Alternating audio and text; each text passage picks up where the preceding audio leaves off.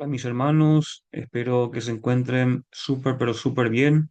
Un saludo en la paz de nuestro Señor Jesucristo, quien les habla, su amigo y hermano Francisco Martínez, a través de este programa Diálogo Real, y en alianza con el Centro Cultural San Bernardo de Claraval y Croce Reale. Estamos realizando estos ciclos de charlas, series, episodios que atañen a la cultura católica, a la cultura general, a la historia universal y también un poco de geopolítica, ¿verdad? Pero en este caso, en el día de hoy, que nos unimos a través de esta conexión virtual para comenzar un nuevo ciclo de episodios para reflexionar especialmente sobre la vida y obra de una mujer extraordinaria que supo unir fe y política, santidad y servicio, corona y cruz. Ella es nada más y nada menos que Isabel la Católica, reina de Castilla, sierva de Dios. Sierva de Dios declarada por la Iglesia en el año de 1974. Ella es modelo de virtud cristiana para nuestros tiempos. Entonces, en este primer episodio que titulamos Una infancia marcada por la providencia. Entonces, centraremos esta reflexión sobre sus primeros años de vida, porque entendemos y estamos realmente convencidos de que Dios ya preparaba su corazón desde la cuna para la misión que le confiaría más adelante. En este caso, para iniciar esta reflexión sobre Isabel, hablaré un poco sobre su nacimiento y su infancia dentro de su familia también, eh, diciendo que ella nace el 22 de abril del año 1451, un miércoles santo. Es un detalle muy interesante, un miércoles santo en Madrigal de las Altas Torres. Está una villa del Reino de Castilla, lo que hoy sería la provincia de Ávila, España. Ella fue la tercera hija del rey Juan II de Castilla e Isabel de Portugal, su segunda esposa. Isabel de Portugal sería la segunda esposa de Juan II, y su familia en sí no era cualquier familia, pertenecía a la dinastía Trastámara, esta dinastía que había accedido al trono tras una guerra civil contra Pedro el Cruel. También es importante comentar de que Isabel tenía un medio hermano mayor llamado Enrique, que sería después Enrique IV, hijo del primer matrimonio de Juan II, que era un heredero al trono, y un hermano menor también llamado Alfonso, que nació en el año 1453. Es importante decir también que su infancia estuvo marcada por la inestabilidad política de Castilla, la influencia de los grandes nobles y también la debilidad del rey Enrique IV, conocido como el impotente, ¿verdad? Eh, También en el año de 1454, cuando Isabel tenía solo 3 años, murió su padre. Su madre, doña Isabel de Portugal, viuda y sin un poder político, se retiró con su hija, o con sus hijos, en este caso, con Isabel y el joven Alfonso, a vivir en el castillo de Arévalo, un lugar apartado de la corte. Fue allí donde la providencia empezó a actuar, digamos, a obrar en silencio. Una vida en retiro y fe profunda fue lo que vivió Isabel, y que se inició con este proceso dentro de la vida familiar, y que su madre, Isabel de Portugal, tomó esa decisión, ¿verdad? De trasladar toda o sea, su familia, después de quedar viuda, prácticamente trasladarse al castillo de Arévalo. Eh, Mientras otros nobles criaban también a sus hijos para la guerra o la política, lo que era natural y normal en esa época. Doña Isabel formó a sus hijos en la piedad, en el silencio, la austeridad y la obediencia cristiana. Entonces, Arévalo era un castillo modesto, casi monástico, sin fiestas, sin lujos, pero con un ritmo de vida marcado por la misa, la lectura espiritual y la oración. Entonces, dentro de ese ambiente se movía Isabel y su hermano, ¿verdad? Pero especialmente hoy, como estamos hablando un poco de Isabel, nos enfocamos en lo que fue realmente su proceso de formación y su crecimiento, tanto intelectual como espiritual, ¿verdad? Eh, el recogimiento de Arévalo fue para Isabel como un noviciado prolongado. Allí aprendió el rezo del rosario, la devoción a la Virgen, el amor a la Eucaristía y la importancia de la confesión frecuente. O sea, esos fueron, digamos, pilares que ayudaron a ella en su crecimiento, en su formación, ¿verdad? Eh, es importante también entender, eh, para entender y comprender también la infancia de Isabel, es necesario conocer la Castilla de su tiempo.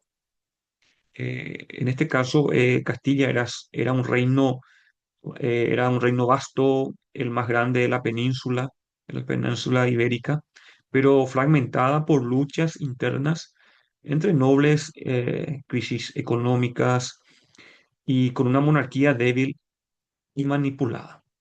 Ese era el ambiente político, cultural, social que se vivía en ese momento. Enrique IV sube al trono en el año 1454, luego de la muerte de su padre Juan II. Entonces su reinado será marcado por el caos político, la sospecha de ilegitimidad de su hija Juana fue también un tema muy candente, y la creciente influencia de clanes como los Mendoza, los Pacheco también, que metían ahí la mano, ¿verdad? Para, para desestabilizar un poco este reinado, ya que más bien por su culpa y su falta de liderazgo, ¿verdad? Político, se vieron marcando estas situaciones, ¿verdad? Pero lo importante es que mientras tanto esto sucedía, Isabel crecía alejada de ese ambiente de ambición, protegida en Arévalo, pero no ignorante. Se alejaba de todo este murmullo, este ruido, pero siempre formándose y aumentando conocimiento en todos los aspectos, ¿verdad? Observaba, escuchaba y se formaba en el silencio de la fe. Eso es importante entender un poco que ella era una mujer que era muy observadora, y especialmente esa formación que se fue tejiendo en ella, tanto la fe, la cultura católica y muchos otros aspectos que se fueron viendo a lo largo de su ya reinado, ¿verdad?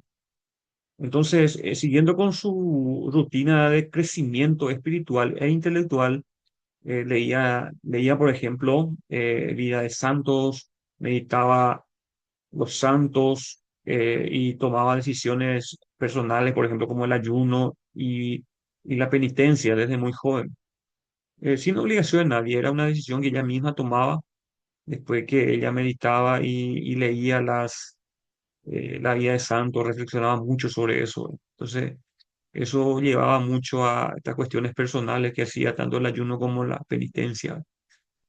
Y para decir que no había nacido para ser reina, ella no había nacido para ser reina, pero ya vivía como una hija de Dios. Dios estaba preparando en secreto un corazón fiel para tiempos difíciles, ¿verdad? Y Isabel no recibió una formación universitaria como la conocemos hoy en día. También su formación no fue tan fuerte, eh, pero sí una educación cristiana excepcional. Eso sí podemos asegurar de que fue realmente excepcional su formación. Sus tutores eran clérigos bien formados y su madre le enseñó a discernir con madurez desde pequeña. Se notaba que realmente la reina Isabel de Portugal fue una madre muy, muy capacitada realmente para poder formar también en todos los aspectos a sus hijos, ¿verdad? En este caso a Isabel, ¿verdad? Eh, a su hija Isabel. Entonces, en lugar de cuentos o canciones, su infancia estuvo lleno de historias, de mártires, oraciones y sobre todo ejemplo de virtud. Entonces es bueno agradecer también a Dios, a su madre que tuvo esa inspiración para poder ella poder criar a su hija. Eh, Practicaba también la humildad, se vestía con modestia y ofrecía limosna en secreto, ¿verdad? Todas estas informaciones tenemos en la biografía. eh, lo habla mucho el Ascona, el monje dominico, en donde habla mucho sobre Isabel y en donde intensifica mucho sobre sus virtudes. Habla de que la virtud de Isabel, visible ya desde la infancia, eran expresiones de fe viva y profunda. Em, por eso es importante, queridos hermanos, entender que Isabel enseña que la santidad comienza en lo escondido, en lo que no se ve, en lo escondido y en lo que no se ve. Mientras Castilla se dividía ya por guerras y ambiciones, Dios preparaba a una reina en silencio, no en la corte, sino en un castillo pequeño en la oración de cada día. Es importante entender y reflexionar un poco estas preguntas. ¿Cuántas veces despreciamos los comienzos humildes? ¿Cuántas veces creemos que sin poder o títulos no podemos hacer la voluntad de Dios? Entonces la vida de Isabel nos dice lo contrario realmente. Lo que se hace con fe, aunque nadie lo vea, puede cambiar el mundo.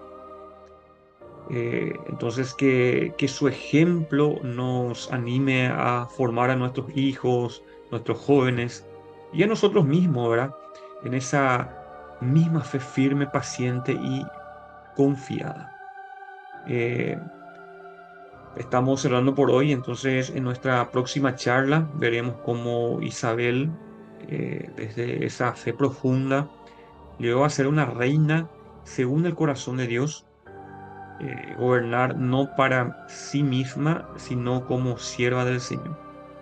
Gracias por acompañarnos en Diálogo Real, conversando entre laicos desde Ciudad del Este, junto al Centro Cultural San Bernardo de Claraval y Croce Real. Nos encontramos en un próximo episodio.